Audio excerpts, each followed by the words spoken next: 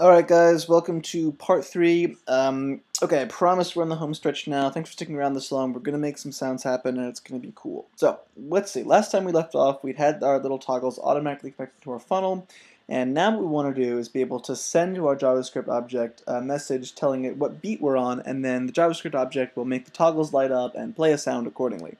So let's go back to our JavaScript code and add a new function down here, function beat, that will take what beat we're on and do something appropriate. First thing I want to do is take that beat and wrap it back around if it's way out of range. So we'll do var mod beat equals b mod num toggles.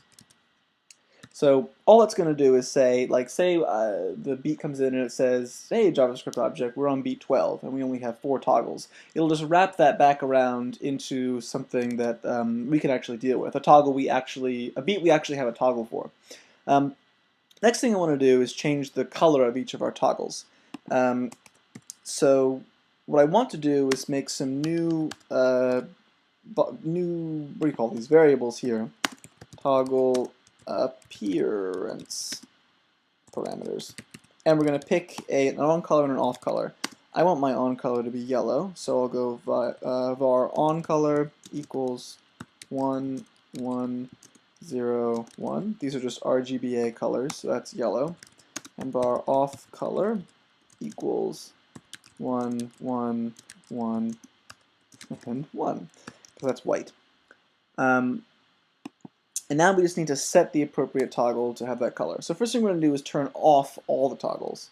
So for I equals 0, I less than num toggles, I plus plus, var old toggle equals this dot patcher dot get named toggle. This is the same trick as before to get an object based on its name. And then what we're going to do is send the toggle a message by calling the message function. And the message we're going to send it is bg color, and we're going to give it the argument off color. And that's going to set that toggle to off. And we can do that for all the toggles. And then if we go back in and set the other toggle to on, it will look like we're just looping around and only turning on one toggle. So we get the on toggle,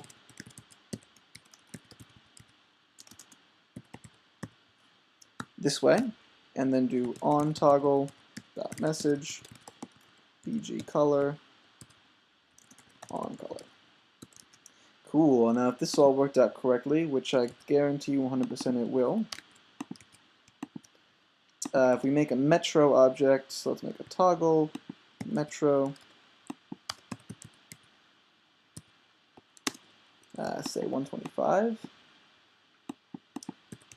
a counter that counts between 0 and 5, and prepend beat to that, we should see these toggles light up. We don't. Why? On toggle has no properties, line 89. This toggle mod B. That probably means it can't find on toggle. Well, anyway, let's go ahead and delete all this stuff to make sure this is all working. There we go. Okay, cool. Check it out. So now as the counter counts up, it's lighting up turning off all the toggles and then turning on the right toggle so that this cool thing happens. That's awesome. So let's see. The last thing we wanted to do is send a bang out our outlet if we're on a beat that has a toggle in it. So let's just do if toggle states of the current beat is not equal to 0, then outlet 0. Bang. That's it, man. We're literally done. Assuming this works, we're literally done. So now, if we make a nice big button here,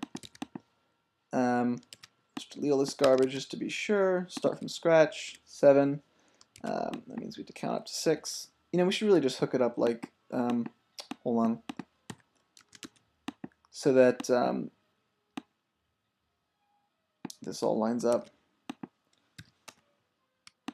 Now if I put a tick here, oh right, hold on. All is not lost. I just have to do this, don't worry. Yes, and now if I click this box, bang, look at that.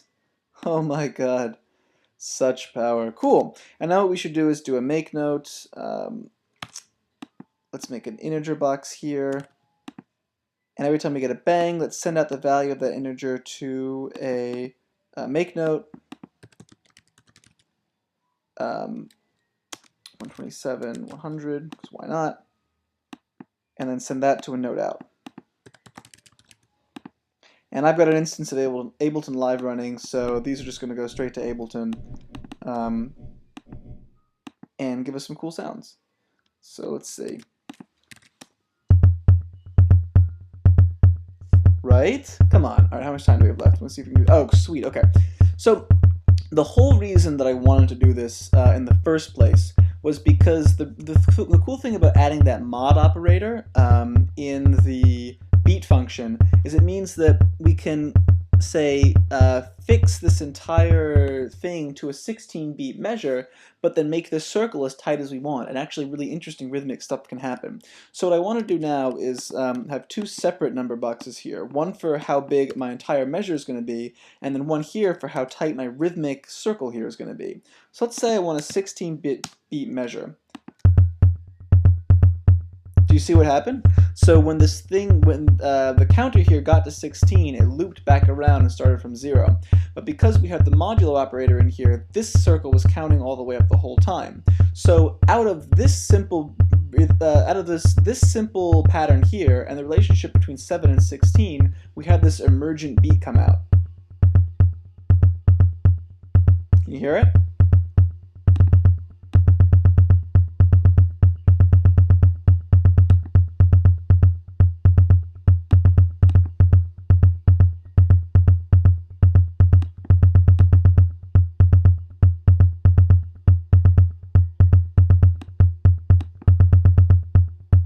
Oh, hold on, I think it should be 15.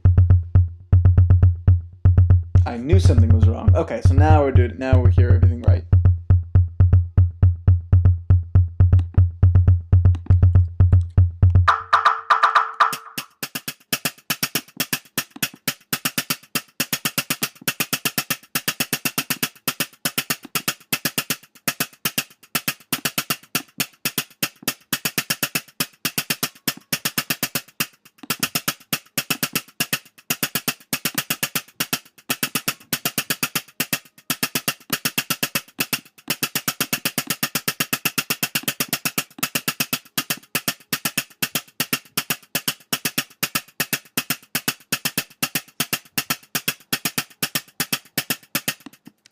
Okay, cool. So, yeah, okay, I'm going to make another video where I show you some of the even cooler stuff you can do with this, but that's the basic building blocks. I mean, what do? We showed you how to use JavaScript to draw stuff programmatically, make and break connections programmatically, and now to control some objects and have cool rhythmic stuff that can happen without very much effort, I think. So thanks for watching. I hope you enjoyed it. Let me know if there's any other stuff you want to see, and especially if you have any questions about this. I'd be more than happy to help you out. So thanks for watching, guys. Take it easy.